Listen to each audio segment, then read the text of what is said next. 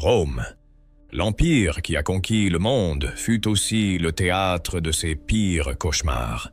Derrière les marbres polis du palais impérial se cachait une vérité plus sordide qu'aucune bataille. L'empereur Caligula, héritier du sang de César, n'était pas seulement un stratège dérangé, mais un homme qui osa défier les dieux eux-mêmes.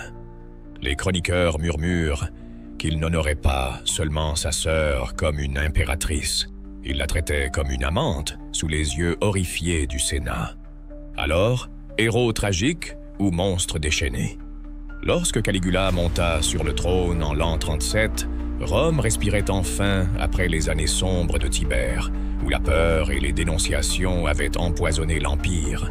Le peuple, les sénateurs, les soldats eux-mêmes voyaient en ce jeune prince l'héritier d'Auguste, le petit-fils adoré de Germanicus, l'enfant qu'on avait vu marcher aux côtés des légions, baigné du respect de l'armée comme aucun autre héritier avant lui, et son arrivée fut célébrée comme l'aube d'un nouvel âge d'or.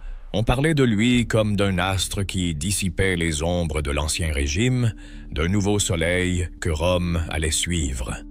Et dans les premiers mois, il sut jouer ce rôle, distribuant des largesses, annulant les procès iniques, ouvrant les portes des prisons, donnant aux jeux et aux fêtes une splendeur retrouvée. Il fut le favori du peuple et le Sénat. Un homme que l'on acclamait partout où il paraissait, comme si la République morte depuis longtemps renaissait dans le corps d'un seul.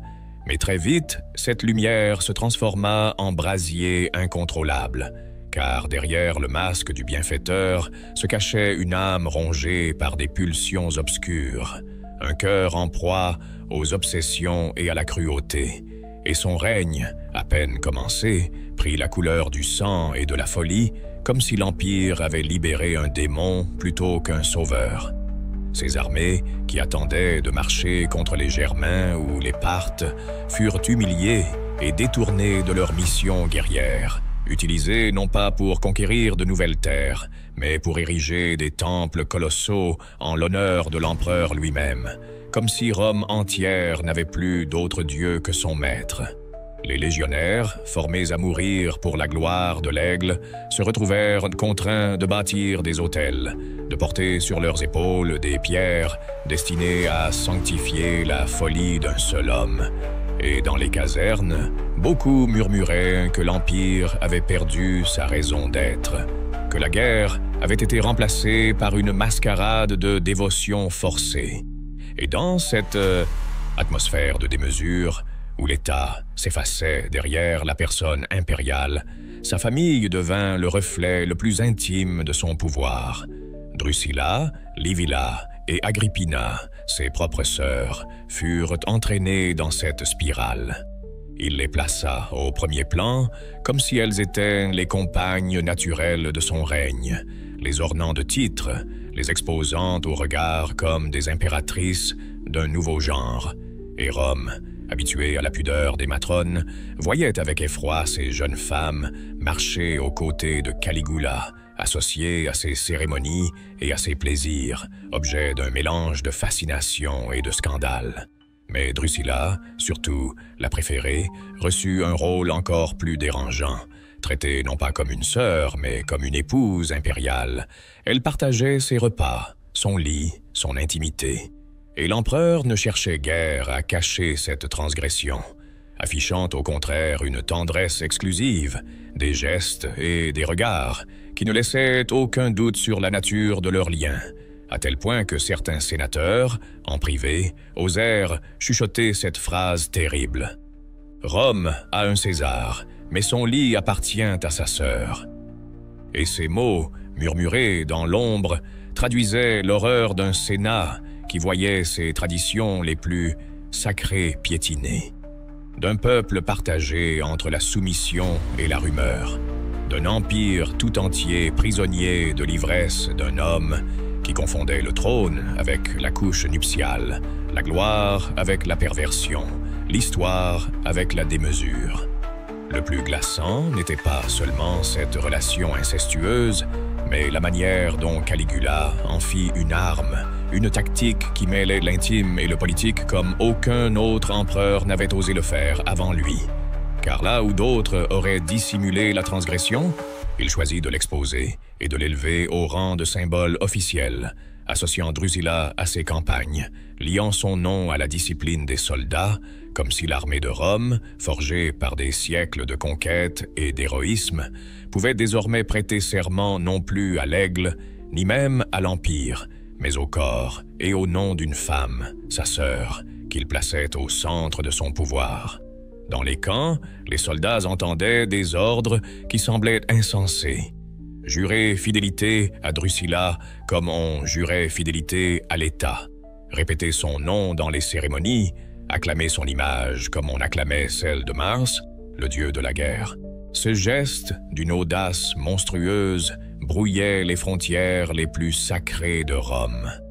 L'armée n'était plus l'instrument de l'Empire, elle devenait le prolongement du désir d'un homme, et pire encore, de la passion qu'il entretenait avec sa propre sœur. Certains chroniqueurs rapportent que ce fut perçu comme une insulte à l'héritage militaire, car le soldat romain, qui avait juré sur le sang de ses ancêtres, se retrouvait contraint de jurer sur une union incestueuse, prisonnier d'un serment qui renversait toutes les valeurs qu'on lui avait inculquées. Mais au lieu de se révolter, l'armée obéit, car Rome avait bâti dans ses légions une discipline si absolue que même la folie d'un empereur se transforma en loi, et cette soumission révéla la puissance du système impérial. L'inimaginable pouvait devenir la norme si le César l'exigeait. Pour Caligula, ce n'était pas un caprice isolé, mais une véritable stratégie, une mise en scène calculée, comme un général qui plante un étendard au cœur d'une bataille pour galvaniser ses troupes. Il fit de Drusilla son étendard vivant, un emblème de loyauté personnelle, afin que chaque victoire, chaque cri, chaque glaive levée soit lié non à Rome, mais à lui, à elle, à leur union scandaleuse. Il transforma un lien interdit en ciment politique, s'assurant que l'armée ne pouvait se séparer de son destin, car trahir Caligula, c'était aussi trahir Drusilla. Et trahir Drusilla, c'était renier le serment prononcé devant les dieux.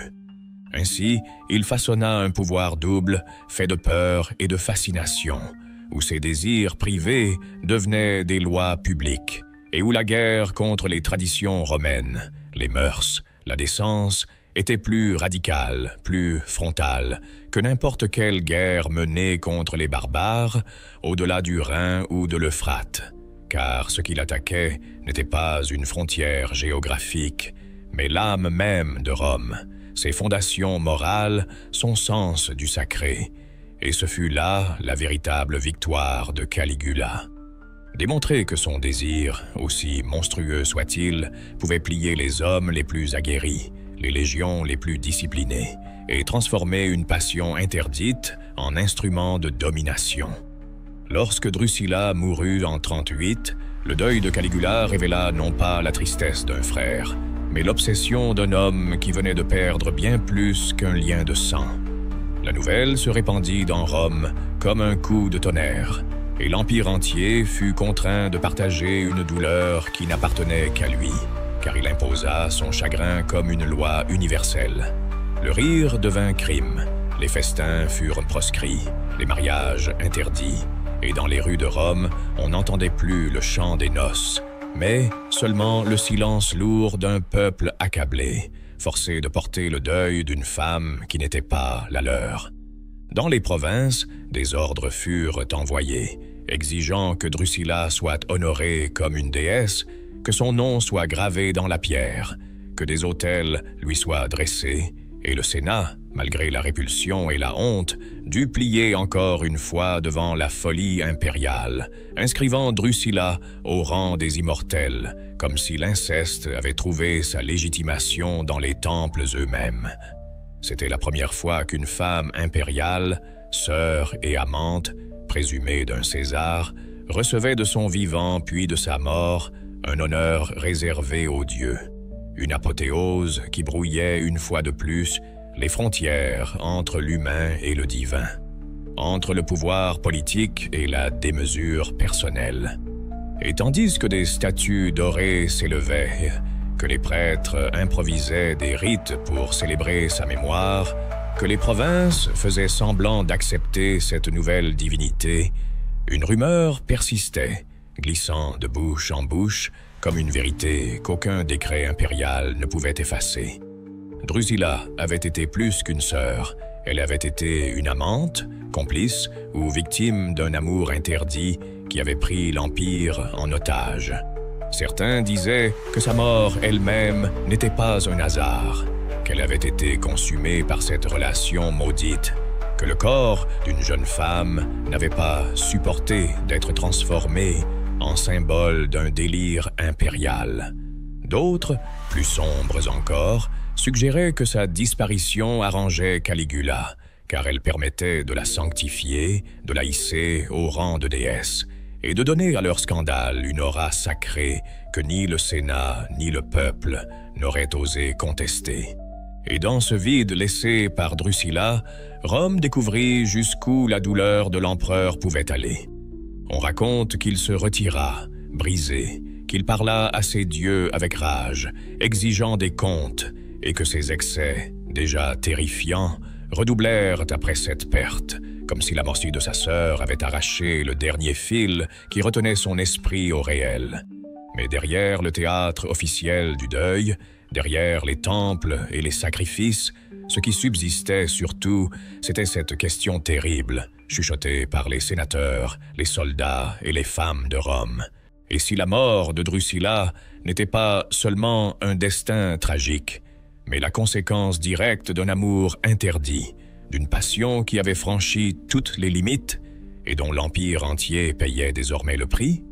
Lorsque Drusilla mourut en 38, Rome bascula dans une atmosphère irréelle, où le deuil d'un seul homme devint celui de tout un empire, et le visage du pouvoir se mua en masque de folie. Caligula, frappé en plein cœur, ne se contenta pas de pleurer en silence. Il transforma la douleur en décret, le chagrin en loi. Il imposa le silence aux rues de Rome. Il interdit les rires. Il fit cesser les festins. Il suspendit les mariages, comme si le temps lui-même devait se figer en signe de respect pour la disparition de celle qu'il aimait, au-delà de toutes les limites permises. Et dans cette contrainte collective, les citoyens découvrirent une vérité dérangeante. Leur empereur ne distinguait plus son propre cœur de celui de l'Empire, et ses passions les condamnaient à vivre ses obsessions. Dans les provinces, des messages officiels arrivèrent portés par des héros, exigeant que Drusilla soit honorée comme une déesse, que des temples soient élevés en son nom, que son image soit portée en procession. Et tandis que les prêtres improvisaient des hymnes à une femme, jusque-là ignorés des rites sacrés, le Sénat, soumis, dut obéir et l'inscrire au rang des immortels, humilié mais incapable de refuser, réduisant en cendres des siècles de traditions religieuses où seuls les empereurs morts pouvaient rejoindre les dieux. C'était une première dans l'histoire de Rome. Jamais une femme impériale n'avait été divinisée de son vivant puis sanctifiée dans la mort. Jamais une sœur n'avait pris la place des divinités tutélaires de l'Empire. Et cette nouveauté n'était pas perçue comme une innovation, mais comme une déformation monstrueuse des rites. Derrière les statues dorées qui apparaissaient dans les forums, derrière les autels improvisés que l'on dressait dans les sanctuaires, une rumeur plus forte que l'encens continuait de se répandre. Drusilla n'avait pas seulement été la sœur de Caligula, elle avait été son amante, une amante sacrifiée sur l'autel de la démesure impériale. Un corps jeune, brisé par l'obsession d'un frère devenu tyran. Et les murmures allaient plus loin encore. Certains disaient que sa mort n'était pas naturelle, qu'elle avait été emportée non par la maladie, mais par les excès d'un amour interdit. D'autres affirmaient qu'elle avait succombé à un empoisonnement, peut-être orchestré pour couvrir le scandale. Et quelques voix plus sombres insinuaient même que Caligula lui-même, en la perdant, y avait trouvé une étrange victoire. Car en l'élevant au rang de déesse, il légitimait enfin devant Rome entière la passion qui les liait, la transformant en culte officiel que personne ne pouvait contester. Et dans cette ambiguïté tragique, l'Empire découvrit que la mort de Drusilla n'avait pas simplement emporté une jeune femme. Elle avait libéré un torrent de folie qui allait désormais gouverner Rome, car en perdant l'objet de son obsession, Caligula perdit aussi ce qui lui restait de retenue. Et l'Empire entra avec lui dans une ère où la frontière entre le sacré et le monstrueux, entre l'amour et le crime, entre le deuil et la domination n'existait plus, laissant à l'histoire une énigme insoutenable. Drusilla était-elle la victime innocente d'un destin tragique, ou l'ombre volontaire d'une passion qui avait englouti Rome tout entière? L'histoire militaire de Rome, depuis les premières légions de la République jusqu'aux triomphes de César et d'Auguste, avait toujours reposé sur une règle sacrée, la discipline et la rigueur, cet art de l'organisation qui transformait des citoyens en machines de guerre, capables de conquérir le monde connu. Mais avec Caligula, ce socle fut fissuré, et pour la première fois, la stratégie romaine se pervertit, au point de devenir un théâtre grotesque, où les armées n'étaient plus l'instrument d'un empire, mais les jouets d'un seul homme. L'épisode le plus célèbre en témoigne.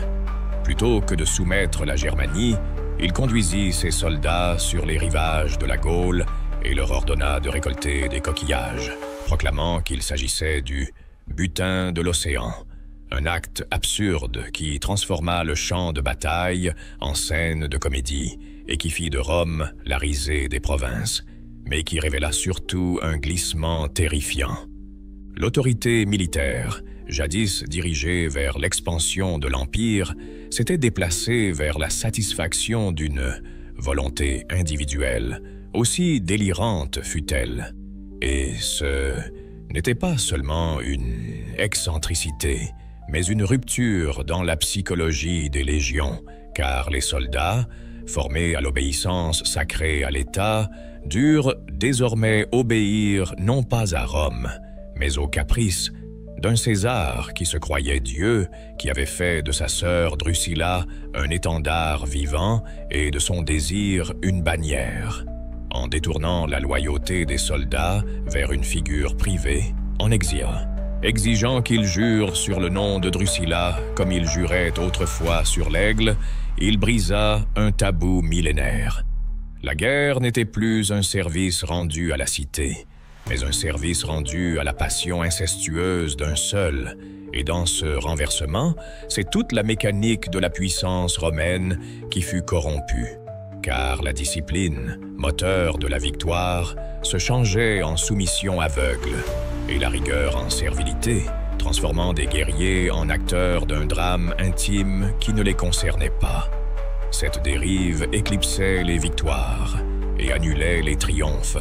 Elle fit comprendre que la grandeur d'une armée ne dépend pas seulement de ses armes ou de sa stratégie, mais de la clarté de son but, et qu'un chef qui ne distingue plus le pouvoir du plaisir entraîne avec lui ses hommes dans la décadence.